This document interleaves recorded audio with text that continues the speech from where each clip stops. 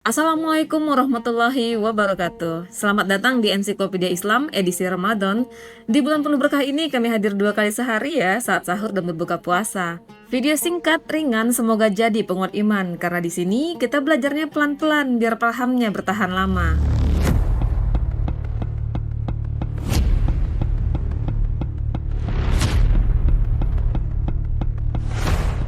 Pernah nggak sih kita mikir kalau sebuah masyarakat bisa hancur bukan karena miskin, bukan karena lemah, tapi karena menormalisasi kemungkaran. Inilah kisah Nabi Lut alaihi salam. Sebuah kisah peringatan bukan cuma buat zamannya, tapi juga buat kita hari ini.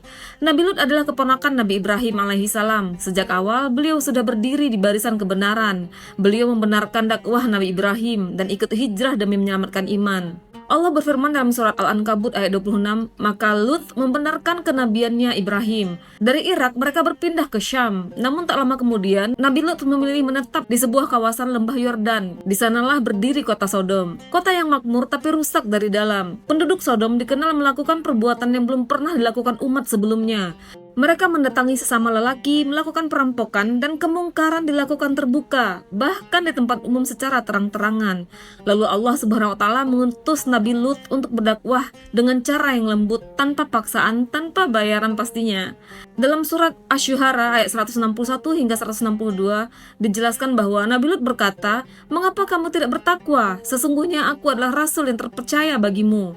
Beliau mengingatkan dengan tegas tapi beradab. Dilanjutkan dalam ayat berikutnya, "Mengapa kamu mendatangi laki-laki dan meninggalkan istri-istri yang Allah ciptakan untukmu?" Tapi apa yang terjadi? Kaum Sodom menolak, mereka mengejek, mereka mengancam, bahkan ingin mengusir Nabi Lut dari kota mereka. Dalam surat Al-A'raf ayat 82 dijelaskan, "Usirlah Lut dan pengikutnya dari kota ini, mereka sok suci."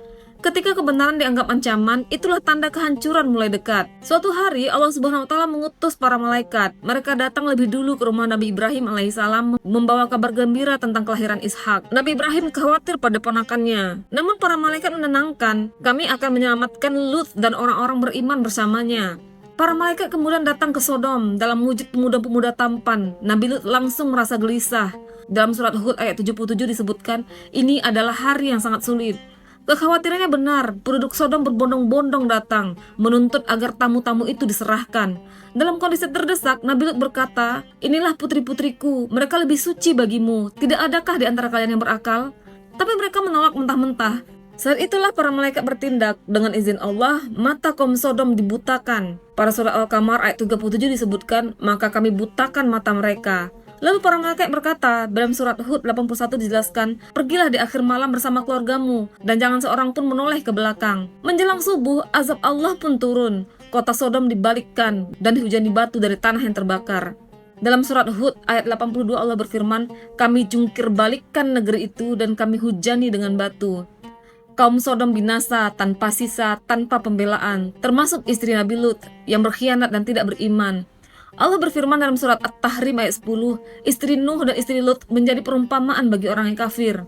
Namun Nabi Lut dan orang-orang yang beriman diselamatkan karena iman, karena ketaatan, karena tidak ikut larut dalam keburukan mayoritas mereka. Kisah Nabi Lut bukan cuma cerita masa lalu, ini adalah cermin bahwa ketika dosa dibanggakan, ketika nasihat dianggap kebencian, dan ketika kebenaran diusir, maka kehancuran tinggal menunggu waktu. Semoga Allah Subhanahu wa Ta'ala menjaga kita, keluarga kita, dan generasi kita ya, agar selalu berdiri di pihak yang benar, walau sedikit, walau sendirian. Kalau kisah ini membuat hati kamu merasa lebih tenang dalam menghadapi masalah kamu, maka ada baiknya juga kamu share video ini ke orang-orang yang menurut kamu mereka lagi berjuang diam-diam. Karena di sini kita nggak cuma dengar cerita, tapi kita juga mengambil maknanya. Demikian episode edisi Ramadan kali ini. Besok kami akan kembali dengan kisah-kisah Islami lainnya. Kami akan tayang di jam yang sama ya. Terima kasih sudah menonton video ini. Jangan lupa subscribe, like, komen, dan share video ini jika kamu merasa video ini bermanfaat.